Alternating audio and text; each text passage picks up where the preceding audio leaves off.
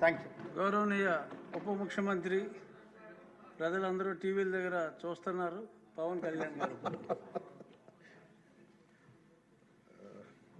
గౌరవ అధ్యక్షుల వారికి హృదయపూర్వక నమస్కారం. నాకు మాట్లాడే అవకాశం ఇచ్చినందుకు గౌరవ ముఖ్యమంత్రి గారికి మీకు హృదయపూర్వక నమస్కారం. నేను గవర్నర్ గారి ప్రసంగానికి మనస్ఫూర్తిగా పార్టీ తరపు నుంచి నా తరపు నుంచి మనస్ఫూర్తిగా దానికి మద్దతు తెలుపుతూ ధన్యవాదాలు తెలియజేసుకున్నాను అధ్యక్షుడు. ఇక్కడున్న ఎక్కువ మంది చాలా సీనియర్ నాయకులు, మోస్ట్ ఆఫ్ దెమ్. నాకు ఇలాంటి సెషన్స్ ఎలా ఉంటాయో నాకు తెలియదు. ఫస్ట్ టైం నేను అంటే గొడవ ఎలా ఉంటుంది అసెంబ్లీలో నాకు తెలియదు. నాకు చాలా ఆశ్చర్యం కలిగింది ఏంటంటే నేను ఇట్లాంటి గొడవలు టీవీల్లో గతంలో తెలంగాణ నరసింహన్ గారు గవర్నర్గా ఉన్నప్పుడు ఉమ్మడి రాష్ట్రం అప్పుడు గొడవలు చూశాను, టీవీలో చూసామని. అట్లీస్ట్ దానికి ఒక కారణం ఉండిందో ఇంకో 100 విభేదించే పరిస్థితులు ఉన్నాయి. ఇక్కడ విభేదించడానికి ఏముందో నాకు తెలియలేదు. నేను అనుకుంటా ఉన్నాను అసలు ఇలా ప్రవర్తించవచ్చా అని, ఇలా చేయొచ్చా అని. అంటే ఇది leaders should lead by example కదా. రాష్ట్రానికి ప్రథమ పౌరులైన గవర్నర్ గారు ఇలా ఈ స్థాయిలో ఉండి ఆయన మర్యాదపూర్వకంగా వచ్చి మన బడ్జెట్, మన రాష్ట్ర విధానాలని ఆయన ప్రవేశపెట్టి మాట్లాడుతూ ఉంటే గౌరవించే విధానం ఇదేనా అని అనిపించింది. సో నేను మనోహర్ గారితో మాట్లాడుతాను, మా సహచరులను, మంత్రి మన సివిల్ సప్లైస్ మినిస్టర్ గారితో.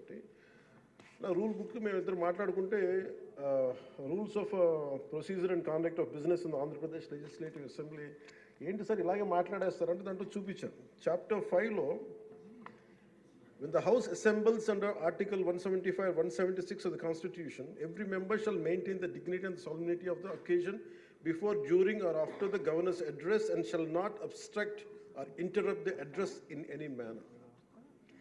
Maintenance of dignity and solidity at governors address అనేది చాలా స్పష్టంగా ఈ రూల్ బుక్లో ఉంటే మనమే రూల్స్ని ఇంప్లిమెంట్ చేయాల్సిన వాళ్ళం. వారికి సంఖ్యాబలం ఉందా లేదా పక్కన పెడితే every member of this house has a responsibility to follow the rules. మనమే కనుక రూల్స్ని బ్రేక్ చేస్తే ఇంక మన ప్రజలకి కానీ చూసే వాళ్ళకి ఏం చెప్తాం. నాకు చాలా కాలం క్రితం నేను అప్పుడప్పుడు మనోహర్ గారిని అడుగుతూ ఉంటాను, సార్ అసెంబ్లీలో ఇక్కడ ఏమి గొడవలు జరిగినా ఎందుకు కేసులు పడవని, ఇక్కడ ఏమి మీకు కొట్టుకో. ఇది నాకు చాలా కామన్ మ్యాన్ ఒక ఇష్యూ, ఒక ఇంక్విజిటివ్నెస్. అండ్ నాకు పార్లమెంట్లో గొడవ జరిగినప్పుడు ఏమి ఏంటి ఇబ్బంది పెట్టేస్తారు ఏంటంటే ఇక్కడ అవేమి ఉండవు, ఇక్కడ ఇట్స్ ఫ్రీ ఫర్ ఆల్ అన్నట్టుగా మాట్లాడితే then we have more responsibility. మన మీద రూల్స్ పెట్టలేదు అంటే ఏం కేసులు పెట్టవండి. ఇదే కనుక నిన్న వాళ్ళు చేసిన గొడవే కనుక గవర్నర్ గారి మీద ఆయన సుప్రీంకోర్టు జస్టిస్గా ఉన్నప్పుడు ధైర్యం చేయగలరా, కళ్ళల్లో చూడగలరా?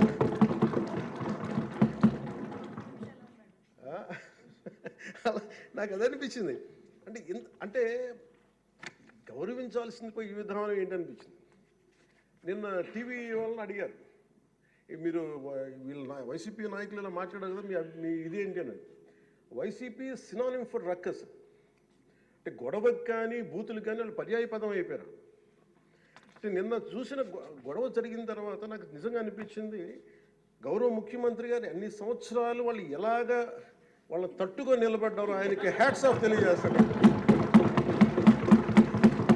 అది ఎంత గట్స్ ఉండాలి, ఎంత దమ్ము ఉండాలి, ఎంత ధైర్యం ఉండాలి. అలాగే నాకు నిన్న గొడవలు జరుగుతుంటే నాకు అనిపించింది, నాకు ఇవే గుర్తొచ్చినాయి అధ్యక్ష. వాళ్ళు ఎప్పుడైతే పేపర్లు విసిరేసి అక్కడ దాకా వచ్చారో నాకు గుర్తొచ్చింది వివేకానంద రెడ్డి గారి హత్య గుర్తొచ్చింది. అంటే వాళ్ళ విధ్వంస విధానం చూశారు. అలాగే ప్రజావేదికని కూల్చిన విధానాన్ని గుర్తొచ్చింది అధ్యక్ష. 200 పైచిలకు ఆలయాలని విధ్వంసం గుర్తొచ్చింది అధ్యక్ష. డాక్టర్ సుధాకర్ గారు చనిపోయిన విధానం గుర్తొచ్చింది అధ్యక్ష. జంగారెడ్డి కల్తీ సారాలో చనిపోయిన చావులు గుర్తొచ్చినాయి అధ్యక్ష. సుప్రీంకోర్టు జడ్జిలతో లెటర్ రాసిన విధానం గుర్తొచ్చింది అధ్యక్ష. వాళ్ళు చేసిన గొడవకి మన హైకోర్టు, ఆంధ్రప్రదేశ్ హైకోర్టు జడ్జెస్ని సోషల్ మీడియాలో బూతులు తిట్టిన విధానం గుర్తొచ్చింది అధ్యక్ష. సోషల్ మీడియా అబ్యూస్ గుర్తొచ్చింది అధ్యక్ష. పత్రికాధిపతులపై దాడులు వచ్చినాయి అధ్యక్ష. రివర్స్ టెండరింగ్ గుర్తొచ్చింది అధ్యక్ష. పాలసీ టెర్రరిజం గుర్తొచ్చింది అధ్యక్ష. స్వయాన మీ మీద జరిగిన టార్చరు, దాడులు, ఇబ్బంది పెట్టిన విధానం గుర్తొచ్చింది అధ్యక్ష. మడ అడవుల విధ్వంసం గుర్తొచ్చింది అధ్యక్ష. చంద్రబాబు గారిని 53 రోజులు జైల్లో పెట్టి ఇబ్బంది పెట్టిన విధానం గుర్తొచ్చింది అధ్యక్ష. అమరావతి రైతుల్ని దారుణంగా రక్తాలు వచ్చేలా కొట్టి కేసులు పెట్టింది గుర్తొచ్చింది అధ్యక్ష. తిరుపతి కల్తీ లడ్డులు గుర్తొచ్చినాయి అధ్యక్ష. అబ్యూస్ ఆన్ విమెన్ గుర్తొచ్చింది అధ్యక్ష. మన కళ్ళ ముందు వీళ్ళు విధ్వంసం తెలియజేస్తూ ఉన్నారు. వీళ్ళు ఈ స్థాయిలో ఇక్కడ ప్రవర్తిస్తే దానికి సంబంధించి బయట ఇట్లాంటి గొడవలు జరుగుతాయి అధ్యక్ష. ఇది మారాలి అని చెప్పి మనం మాట్లాడితే ప్రజలు మనకి ఈ రోజున ఇంత అత్యధిక బలంతో మనల్ని ఇక్కడ నుంచోబెట్టారు అధ్యక్ష, ఇక్కడ కూర్చోబెట్టారు మనందరినీ.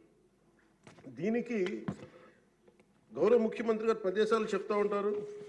అలాగే ఇది మినిమం గవర్నమెంట్, ఇది మన నరేంద్ర మోదీ గారు చెప్తారు, గౌరవ ప్రధానమంత్రి, minimum government and maximum governance అని.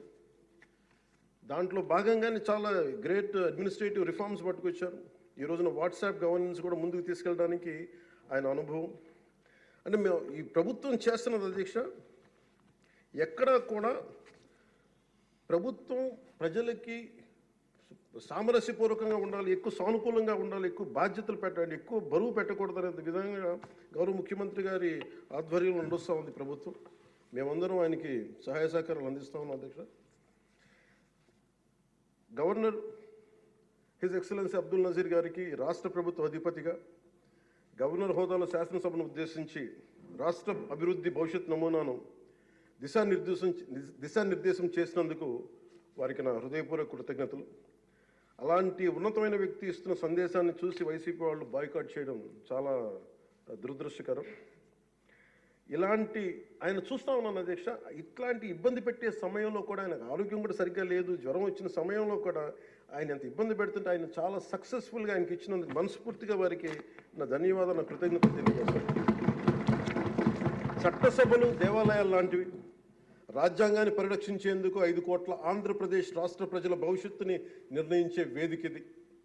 అలాంటి సభను హుందాగా నడిపించాలని కూటమి ప్రభుత్వం అధికారులకు వచ్చిన రోజు నుంచి తరచుగా చెప్తూ గౌరవ ముఖ్యమంత్రి గారు పదే మా అందరికీ దిశానిర్దేశం చేస్తూ ఉంటారు. గతంలో కూడా మొదటి రోజు కూడా వారికి ఎట్లా రావాలి పెడితే లేదు మనం ఇబ్బంది పెట్టొద్దు, వాళ్ళకి 11 సీట్లు వచ్చినా కానీ పాపం వారికి ఇవ్వాల్సిన గౌరవం వాళ్ళకి ఇద్దామని చెప్పి ఏ రోజు కూడా ఇబ్బంది పెట్టి గబుక్కుని ఒక మాట అంటుంటే గౌరవ సభ్యులు కొంతమంది ఇక్కడి నుంచి అలా చెయ్యొద్దు, అలా మాట్లాడకండి అని అందరినీ చాలా సున్నితంగా మందలించారు ఆయన. ఇట్లాంటి ఉన్నప్పుడు వాళ్ళు ప్రవర్తించే విధానం చాలా బాధ అనిపించింది. మేమందరం 164 మంది సభ్యులు చాలా బాధ్యతగా వ్యవహరిస్తున్నాం అధ్యక్ష.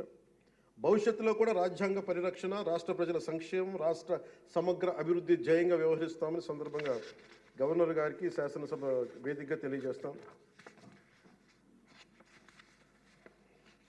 నిన్న సభలో గందరగోళం సృష్టించి సభ నుండి వెళ్ళిపోయిన 11 మంది ఎమ్మెల్యేల పార్టీకి సంబంధించిన ఎమ్మెల్సీ ప్రవర్తనని ఖండిస్తూ ఇందులో తప్పు లేనప్పటికీ కూడా గవర్నర్ గారికి ప్రభుత్వం తరఫున క్షమాపణ తెలియజేస్తాను అధ్యక్ష.